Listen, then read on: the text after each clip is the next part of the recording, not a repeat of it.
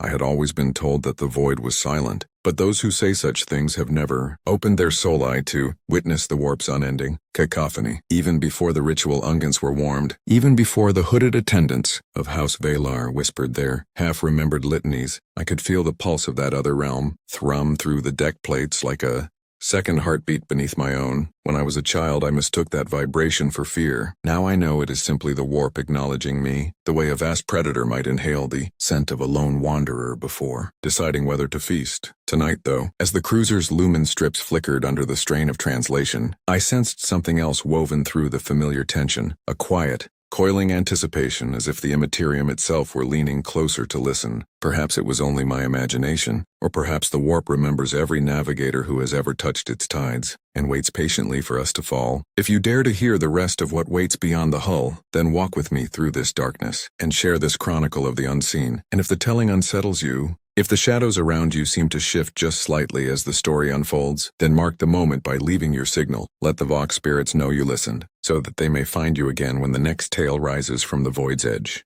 It is a small act, but it steadies these pathways in ways few appreciate. The final preparations began as they always do, with the heavy scent of sanctified oils and the rasp of a servitor's mechadendrites. Tightening the clamps along the navigator's throne, I lowered myself into its cold metal cradle and felt the machine awaken beneath me. I have sat in this throne for decades, yet the first contact of those feeder cables, against the nerves along my spine still, makes me draw a slow breath. The machine's whisper joined my pulse, and for a moment I felt as if I were only half inside my own body. Across the bridge, the captain of the cruiser Ignis Veritas recited the rites of opening, his voice steady, though I could feel the tremor in his thoughts like the faintest static brushing across my mind. Even the bravest shipmasters never fully learn to trust us. They cannot. They do not see what we see. The first navigator of House Valar who taught me the craft once told me that to gaze into the warp unguided is to drown in a sea of memories that are not your own. He was an old man then, his third eye long sealed by scarring and age. But the fear in his voice was unmistakable. He knew that we inherit not just the gift but the cost. We walk with the Emperor's light burning behind our foreheads. Yet it is a lantern, suspended above an abyss that has devoured minds far stronger than mine. I have watched navigators lose themselves mid-voyage, clawing at the throne as the Imperium shredded their consciousness. Like parchment in a storm, their screams still echo in my memory, sharpened by the warp that remembers every sound it has ever stolen. And yet I return to it willingly, because without us humanity is blind. When the shipmaster confirmed readiness, I opened the first of my two human eyes and saw the familiar procession pass through the bridge. A pair of Astra Militarum officers, one clutching a data slate detailing our course, the other murmuring battlefield superstitions under his breath. A young tech priestess, whose robes carried the metallic scent of incense and machine oil. She traced the sign of the Imperial. Aquila on the throne's support frame as if the metal could feel her devotion. A custodian envoy had also joined us, his presence a glittering reminder that even a single translation through the Imperium carries sacred weight. His auramite armor reflected the blue glow of the lumen globes with a warm, almost solemn radiance. He inclined his head to me once. No words, none were needed. We both understood that what I would see tonight could not be spoken. Outside this chamber, the translation crystals chimed, the Geller field hummed awake, and the ship trembled as the first breach between real space and the warp began to form. I let my breathing slow until each inhale matched the rhythmic pulse of the throne, and then I did what no sane human should ever do. I opened my third eye. The first sensation was light, radiant, impossible light, diffused through swirling masses of energy that curled and coiled like titanic serpents, woven from thought. The warp unfolded around me not as a space, but as a storm of intention and emotion given form. Every time I enter it, I am struck by how familiar it feels, as though it is a memory I once possessed but can never fully recall. The tides shifted in prismatic waves, each carrying echoes of distant voices, some pleading, some commanding, some merely singing fragmented melodies with no beginning and no end. I anchored myself with the Astronomican's distant beacon, that blazing spear of divine illumination that cuts through the warp's madness like a sanctified blade. It burned at the far horizon of my perception, steady and resolute, a light that has guided our kind for 10,000 years. Yet even that holy radiance flickered slightly tonight, a minor stutter in the rhythm of its pulse. I felt my pulse quicken in answer. Flickers are rare, flickers are dangerous. For a long moment I held my gaze on that light and let it shape the currents around me. Translation had begun. The Ignis Veritas slid into the warp like a swimmer entering a black ocean. Its Geller field a shimmering bubble of defiance against forces that have never known the meaning of restraint. I reached out with my mind and touched the first of the psycho currents that would guide our passage. It felt like the edge of a knife drawn slowly across frozen glass, cold and razor-sharp yet strangely inviting. I steered the vessel toward it, adjusting our drift with practiced ease, and for a brief span the Imperium responded with something like calm. That calm did not last. From the corner of my perception, if the warp can be said to have corners, I sensed a ripple disturb the currents. It was faint at first, like the subtle tremor that precedes a planetary quake. But it grew with alarming speed. A pressure settled around the ship, immense and oppressive, as though something vast had turned its attention toward us. I felt the throne tighten its hold on my spine, its augmetics seeking deeper contact as if the, machine spirit sensed the rising threat. Shadows coalesced in the Imperium, not as shapes but as the implication of shapes, entities too immense to perceive directly. These were not demons in the simple sense. These were older things, patient things, the kinds of presences navigators whisper about only in sealed chambers where candles burn with hollow blue flames. I focused on the Astronomicon again, but the flicker had grown stronger. Its pulse dimmed, not by much, but enough that I felt the change deep along my bones. The warp shivered in response. The voices grew louder, overlapping until they became a single discordant roar. I felt my teeth vibrate. The Geller field groaned. The captain's voice echoed distantly through the link, asking if I required assistance, but his thoughts were a swirl of panic barely contained by duty. I answered with a single command for silence. I needed stillness. I needed focus. The slightest distraction can spell doom during translation, and the warp was eager to seize upon any weakness. The ripple became a current. The current became a tide. And then the tide broke. A wave of psychic distortion slammed against the ship with the force of a collapsing star. The Ignis Veritas lurched violently. Alarms wailed across the bridge, and a dozen mortal minds screamed into mine as the pressure crushed their sanity. I shut them out with brutal efficiency. Empathy is a luxury navigators cannot afford. The Imperium surged around me bright and vicious, and I felt the unmistakable sensation of something brushing against my third eye. It was not an attack, not entirely. It was more akin to a curious hand reaching through a crack in a door. But the hand belonged to a nightmare, and the crack was widening. I steered the ship hard, too. Starboard through a vortex of fractured memories that did not belong to me. I tasted ash on my tongue, heard the echo of a child crying in a ruined cathedral, saw the image of a world split open by fire. These fragments were not visions of the future or past. They were emotional residue drifting through the warp, leftovers of some distant tragedy absorbed into the Imperium's ever-shifting mass. They clung to me like cobwebs as I pushed through them, each one whispering its own despair. I reminded myself that they were not real. Not for me, not now. But the warp has a way of making even illusions feel like truths carved into the marrow. The pressure on my mind intensified. I could sense that unseen entity more clearly now, its attention sharpened by the ship's resistance. I dared not turn my perception fully toward it. To witness such beings directly is to invite madness so profound that even the Emperor's light cannot cleanse it, but its presence seeped into the edges of my awareness, vast and weightless like a leviathan drifting beneath a fragile skiff.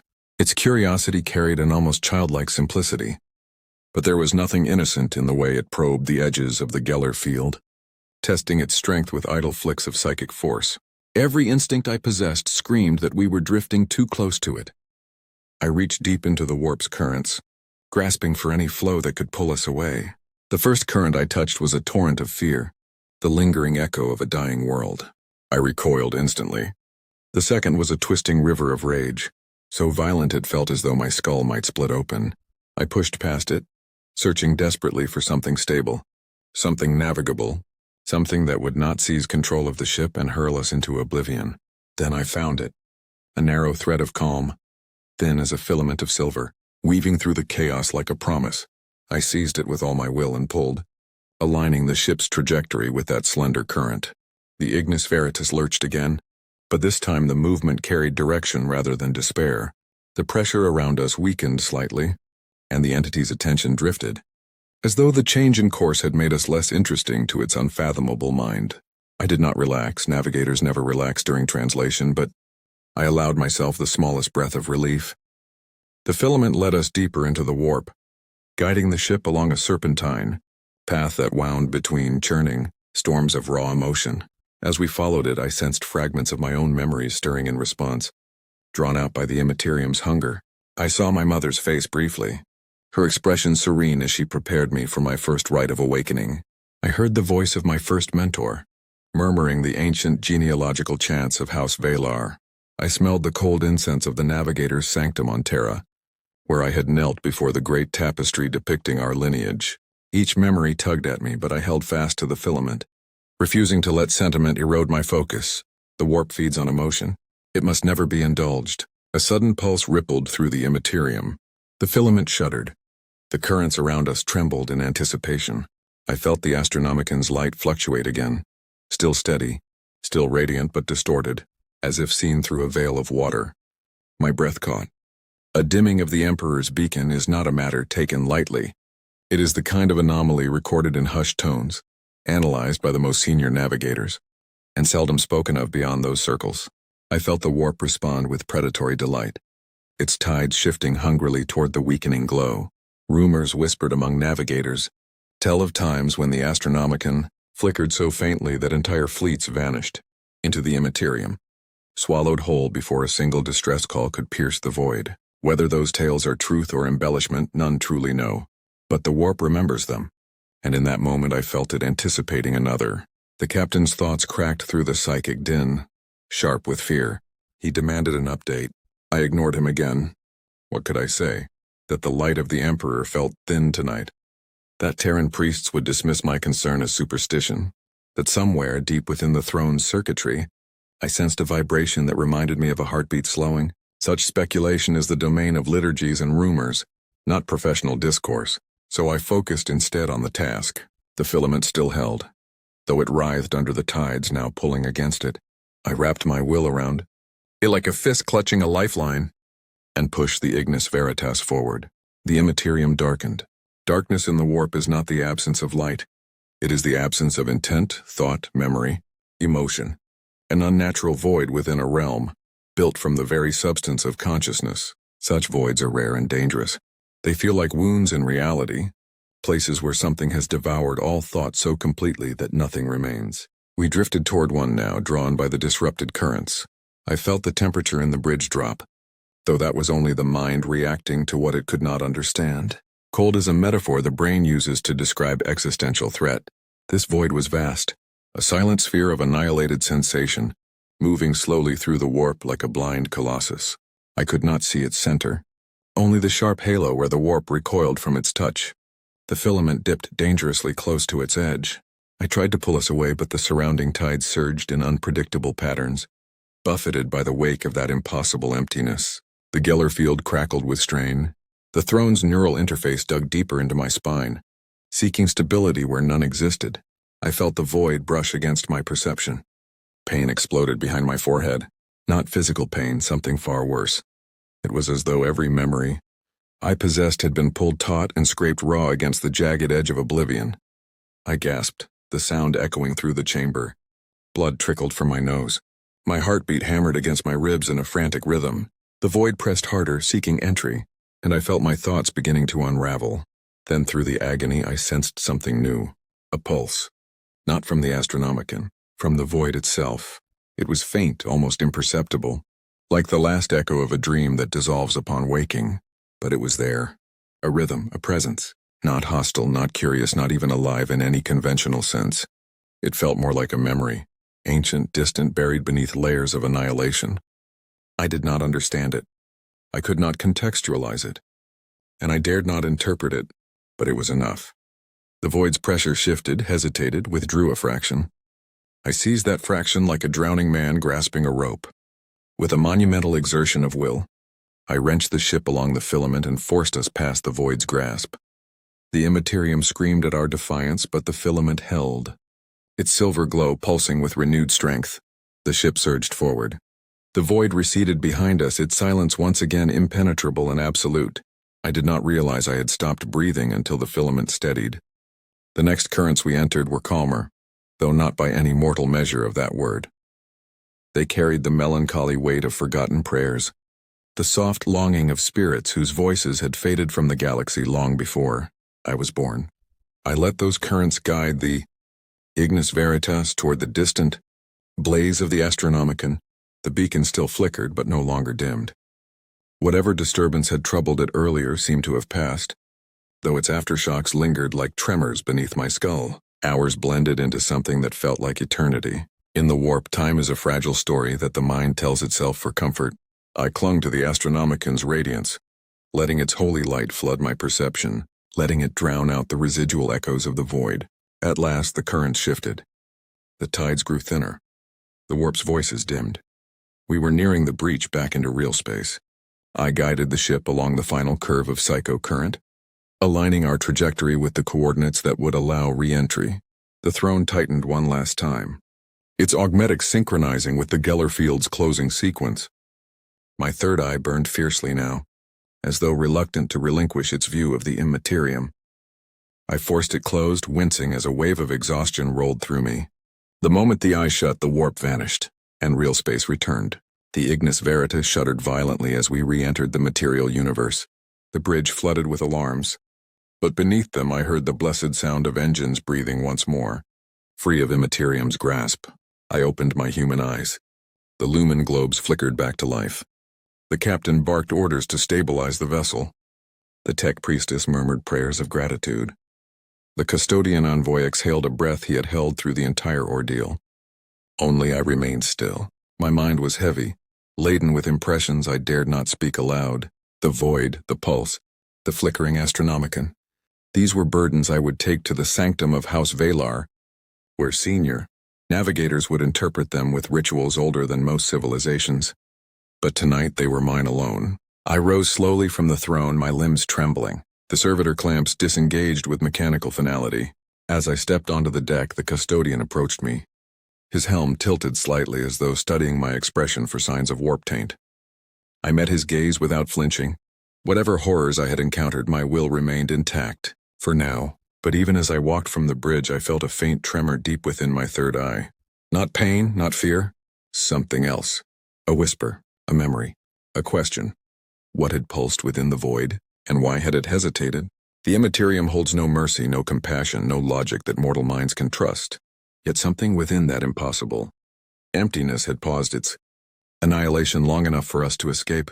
Whether that moment was a fluke or a fragment of some deeper, unknowable design, I cannot say. Rumors among navigators speak of strange shifts within the warp, of patterns glimpsed in the tides, of silences that feel like omens. Most dismiss such whispers as superstition, but I have felt the void. I have heard its pulse, and I know that silence has meaning. I returned to my quarters and washed the ritual oils from my skin, though the scent of the warp clung to me no matter how many times I scrubbed. I sat before the small shrine, dedicated to the Emperor's light, and tried to center my thoughts. But the memory of that pulse returned again and again, like a heartbeat echoing through a distant canyon. Perhaps it was nothing. Perhaps it was something. Only the warp knows, and it never speaks plainly. I extinguished the shrine's candles and lay upon my cot, the gentle hum of the ship's engines lulling me toward restless sleep. I closed my eyes, hoping for peace. Instead, I felt the faintest echo of that pulse reverberate through the darkness. Not stronger, not weaker, simply waiting. And I knew with the cold certainty that only navigators truly understand, that the unseen horrors of the warp do not always roar. Sometimes they listen,